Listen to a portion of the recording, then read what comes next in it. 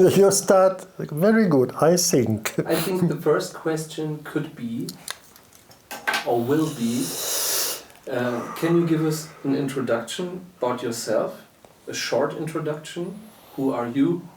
How do you came to Spain?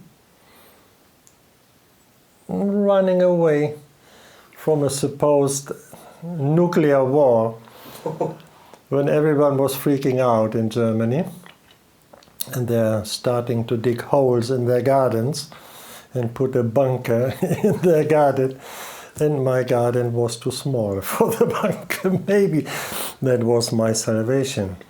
So that in reality was just to go out, to go somewhere, to live your self-sufficient life, to buy a farm, and to try to go away from that society, from that supposed war, and then coming to Spain, and we had no idea of the language. We found out, living there in the countryside, that there was a coup of state, and that the tanks were running through Valencia, and we were at the point to have a civil war here. So we were running away from that nightmare that was produced by Medrea, but everyone fell into that.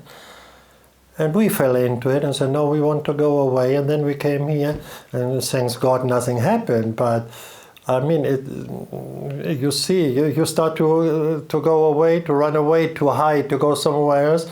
No, but if it has to happen, it will happen. There's no chance to go out of that. But it did not happen. It did not happen. Okay. It did not happen. It did not happen. But what happened was that we, or myself, I found out that I was not made to live there alone with a goat and a donkey and to plow the air, the ground. No, I'm not that kind of person. And maybe there are people like that who really enjoy that. I do not enjoy heavy physical work.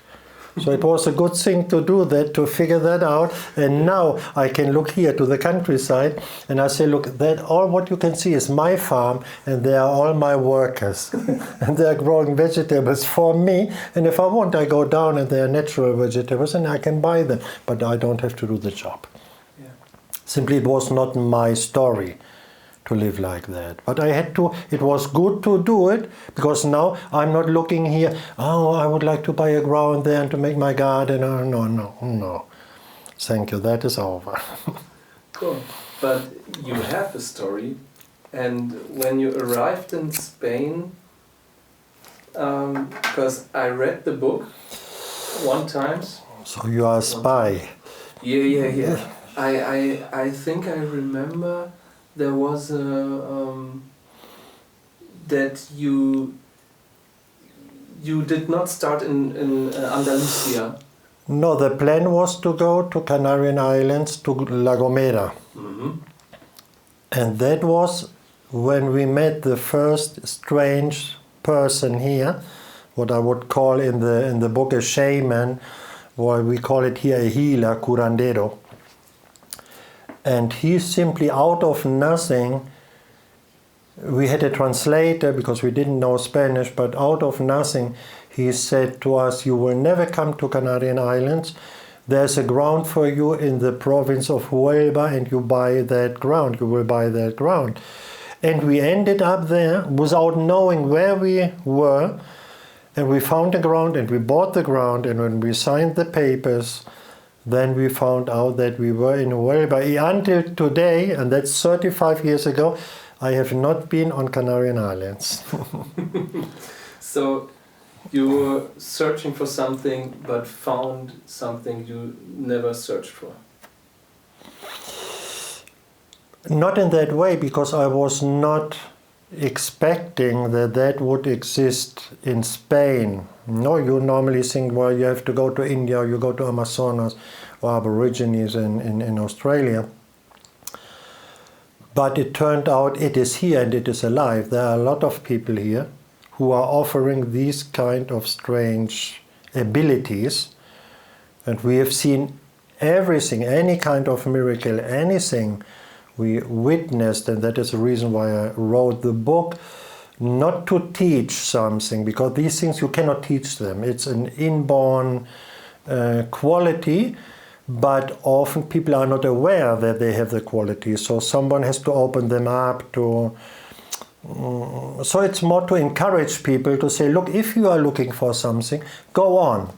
Even if everyone around you, that's happening in our Western world, will tell you, no, come on, you are crazy, these things do not exist, you have to trust only in science and you have to become a teacher or whatever. No, there is a parallel, different world. It's a very colorful world, the subconscious world. But in where we are living, in the Western countries, it's not easy to find that. If you go to India, you have more people at hand. From these people at hand, you have 90% are fake. Just very nicely disguised, and maybe you will fall into the trap of these people. But you have the chance easier to find someone than here, because here these people, they are hidden somewhere. They are people from the village, and you are not part from here. Even if you live here for 30 years, we are still not part of this village. We are outsiders. So to get in contact with a person like that is what you would say by chance. Mm-hmm. It just will happen. Or it will not happen, and you will not find that person. So you discovered a world of shamans and healers here in Andalusia in Spain, and on some crazy way, or not crazy way, you got part of it. Well, that was the thing that I met before some people in Turkey, spiritual people, but I didn't get involved with them. And after 7 years living here, I decided I will go to one of these healers here and I will ask him if someone can help me to get closer to the source of creation. But expecting that he would say he himself could do that. That was my desire. I wanted to be a disciple of that man. Or if not, the normal thing would have been that he would say, okay, go to a monastery here, a Christian monastery in Spain or whatever. But it turned out, no, he said he cannot, because he only had the permission to heal physical ailments, but he had not the permission to go into the spiritual work. So he said, I know everything about you, everything about your past, everything about your future and right now, but I have not permission to go into that, to change something or produce something there.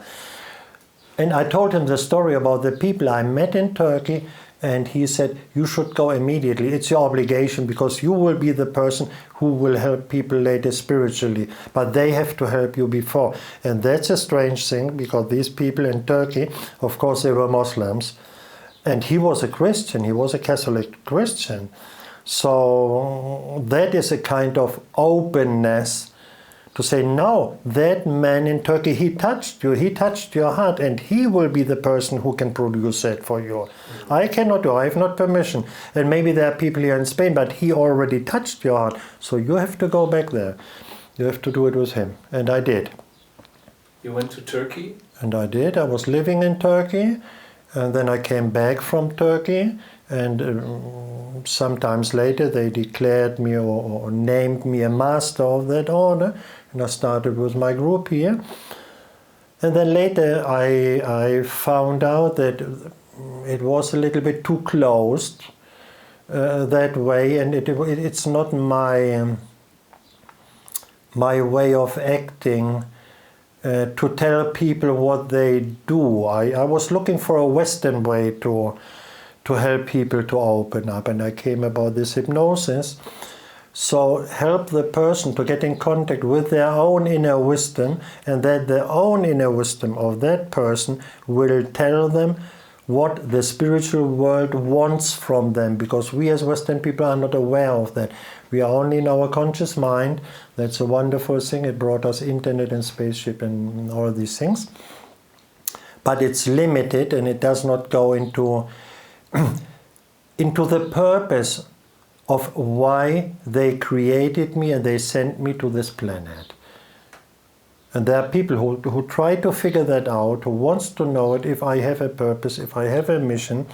And so for me now the best way to do that is to put a person into trance and to put them into contact with their own inner world, and then they can ask their spirit guides or their soul, their subconscious mind, so what do you want from me? What is my purpose in this life? And there have been answers, for example, from a person who was my disciple before, in this SUFI way, and doing that process, the answer was, for you, the purpose of your life is only to take care of your family.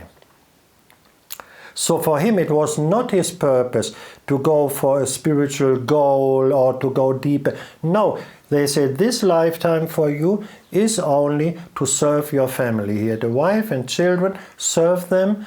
And he later said, he was my disciple for 20 years.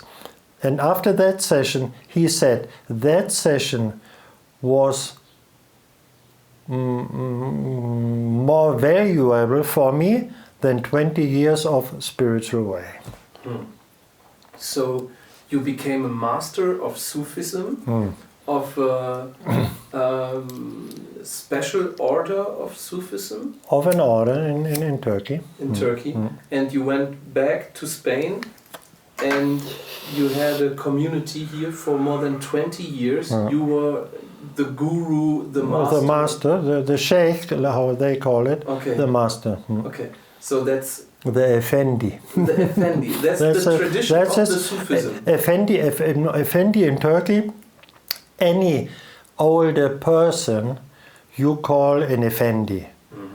A respectful person. Even you would meet on the street someone, an older man, and you would say Effendi. Like the elders. The elders. And there's a very funny thing that happened recently. There was a photo on internet and everyone's saying, wow, look, Erdogan is kissing the hand of Biden.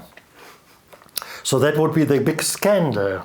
No? So in reality it turned out that Erdogan was sitting and they made this salute like that, and in that moment he tried to stand up and came very close with his mouth to the hand.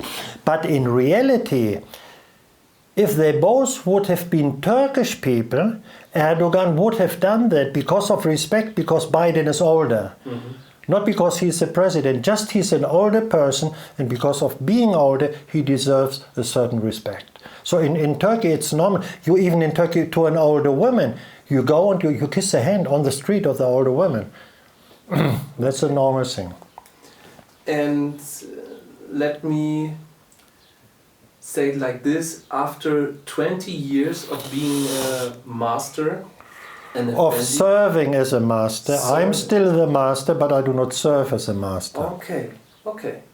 So you see, no one can take that away, but they decided to tell me, please don't go on in our name because you are doing different things and it does not fit in our profile. And I said, well, I'm very happy, I'm very grateful for what I learned with you, and now I'm free and I can do the things in a different way. It does not take away your status. No, but you do not do your work any longer in their name. Okay. And the community, it's 40 people around? Well, 25 and 40 children. We had our pool full. There were 45 children swimming in our pool. And they were all from that community. And the school in the village was at the point to close because there were no children in the village. And we came, and the school today is open because of us. Now there are more children in the village. But it was a time there were very few children, Spanish children. We came here and they kept the school open. Since we came here the first time, we kind of discovered rarely Andalusia, and we saw this Sufi thing is prominent here. Like we saw in Orchiva, there is a group. SUFI community, and on other places you see like the small cafes. In Granada there was quite a big group. So, or there is still, I don't know. The master went away, but the group maybe is still... Okay. And the community just disappears? Or you said, I can't stand it any longer? We split, because as I opened up, I suddenly started to make my ceremonies mixing with things from India, because I went to India. And so that for these people it was uncomfortable. They preferred to stay on that more traditional path. So they decided to go, and they are still going on. There's a master from Germany who's coming from time to time here. And they are making, not now because he cannot travel, but before. And they have another person who was before my disciple, who's now in charge of the group. And so they are going on. And a few people still are sticking to me. Okay. And in the beginning, when I started here in Spain, I said to the people, look, the day might come that I will tell you I will become a Buddhist. It was just saying that. And then we will find out who really wants to be with me. Yeah. And that is just what happened. Yeah. I decided something different. And they said no, and I encouraged them to go. I said, no, look, I'm not any longer the person for you because you are looking for something different. So go for your different. If that is more comfortable for you, that is fine. I will not go on like that. And since then, this place here changed. You're here with one of your disciples. I don't know. Another is living in the village, and some people are still coming to visit. The place changed because suddenly all that disappeared, and we started to bring people from outside in with couch surfing, and then we were trying to figure out for couch surfing. We had sometimes 15 people here at night from couch surfing, not in this house. We had several houses in the village. I said, but we cannot afford that, all these people. There were people staying here with us for 5 months by couch surfing.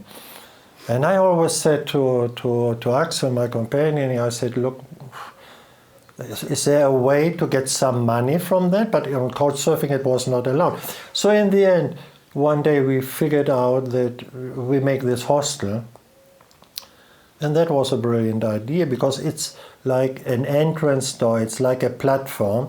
So people come here, and apparently this for them is not a spiritual place, not at all. You cannot see anything here that would show you that there's something more here. So you can come here. We are part of the Camino de Santiago, so pilgrims coming here. Pilgrims who are normally never ever interested in anything spiritual. Never. It's a very funny thing. They do the pilgrimage for other reasons because it's controlled, it's prepared, it's nice, they can walk in nature and so on. Take pictures. Take pictures, they are in company with other people. But so anyone who's coming here, there are some pictures, there are some posters, so if they want, they can focus on that and say, wow, who made that poster? Why is this written here or whatever? And then they talk with Axel, and then he said, yeah, there's a guy living up there, and if you want to talk with him, so maybe could be like 20 or 30% of the people who are coming to the hostel, they say, yes, we want to talk. So then they come down to talk, and normally when they go out of the room, or they forget their shoes, or they go up directly to my house where they do not belong to, where they have not been before. They are really kind of... The last guy, he said to me, you hypnotized me already, not just by talking to him. I said, oh, it's happening alone. So it's the spiritual practice you do now is hypnosis, or how would you call it? Look, there are different, there's a difference. To explain it, one thing is, you can learn, we say hypnosis here, you can learn hypnosis. Any person could learn hypnosis because it's a technique that you can learn. If you're interested, you go on the website, you learn that. Okay. Now, what comes out from that hypnosis might be connected with a gift that that person has, as a healer, as a shaman, or how you want to call that. So an example for that could be that one girl came here, she told me my father died when I was 4, my mother left me when I was 12, she just closed the door, I've never seen her again. She was 27 years now, a nice girl, clean, she studied, she was living with her grandparents, but of course missing her parents. So I will say that now, later you can cut it if you don't want it. So the first thing I did to that girl, when she told me her story, I said to her, you know how to make that? And she started laughing and said, yes, of course I know. I said, okay, now look up, look to your creator and say, fuck you. Because you are angry inside, and you have the right to be angry, because it's a difficult life for you. So bring that anger out. And I said, look, if there would be a God, the God created everything.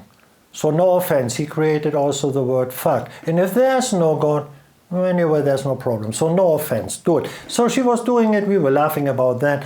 Then I put her into trance and she met her spirit guide. It's part of your soul. It's not something from outside, not an alien, an angel or a God or whatever. It's part of yourself.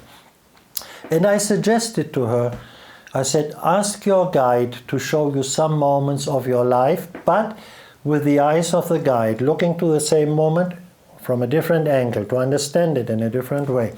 So later I asked her, what have you seen? And she said, look, I saw the moment when my mother was closing the door. But the guide only allowed me to see the inner of the eye, nothing of the face, not the surrounding of the eyes, only the eye. And she said, and these eyes were completely filled with love. So in that moment, the life of that girl changed completely, because she supposed that her mother left her because of a lack of love. But it came clear that maybe mommy had a different reason to leave her that the girl didn't know. Okay, that is hypnosis, that any hypnotherapist could do that up to that point. Now, she was a volunteer here. Meanwhile, she was still here. She came with her computer, with her laptop, and said, look, my grandma on Skype, say hello. I said, hi, grandma, how are you? And grandma said, wow, look what had happened. After 12 years, her mother phoned, she wants to see her. Well, that is a gift. Wow. The first part is hypnosis. Anyone could do that. But that connection is produced with that mother, and the mother immediately obeys or reacts to that feeling. Just maybe she just remembered suddenly her daughter. Oh, wow, I could phone her. Well, that is something different. Yes. That is part of the gift. So we combine that. Also, if you want to, if you are a gifted person, a benefactor, a helper for humanity or for creation, it could be with animals or with stones, you need a stage from where you are working, and that has to be an explainable stage. I cannot sit here and put an advertisement somewhere and saying, if you come here and you sit half an hour with me, your life will change. No one would come. The people would say, that guy is out of his mind, and that's stupid to do that. So you have to offer something that is understandable. You can offer Reiki. No, it's very different if you just offer Reiki because you learned that, you studied that, or you are a Reiki. That would be a healer. So then you use your Reiki as a disguise, just as a stage to bring people in. Because if you just say, you come here and you will feel better, they would say no. So our stage, first of all, is the hostel. People come just because it's nice outside of Granada, nice environment. And then the next part of the stage is hypnosis, because it's still understandable. People have an opinion, good or bad, whatever they think about it. But it's something, apparently you can explain with your mind. You say, yeah, I understand. Now you put me into trance and blah, blah, blah, blah, blah, blah. But all that stage permits that these people are here for a while. The only thing I want, that people are sitting here for a while. Because it will happen alone. There's nothing special to do.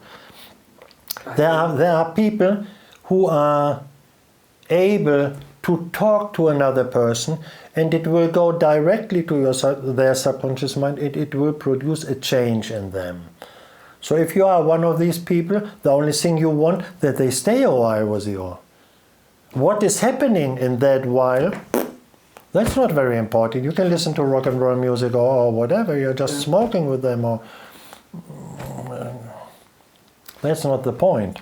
And you just follow your, let's say, Auftrag.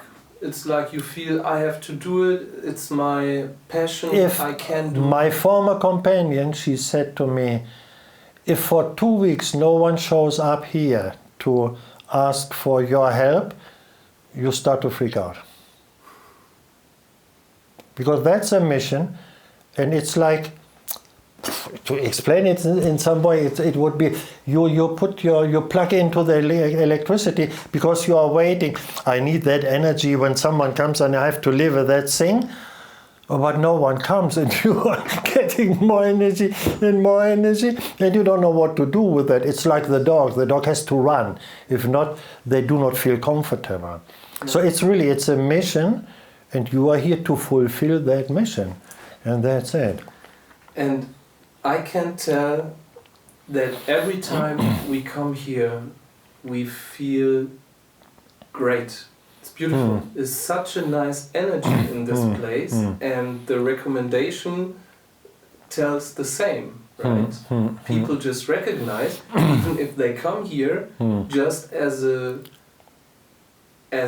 guest for the hostel, maybe they just leave without recognizing what's going on here on the spiritual thing. They just have a really good time and they feel comfortable. We had one comment on internet. The people were coming here.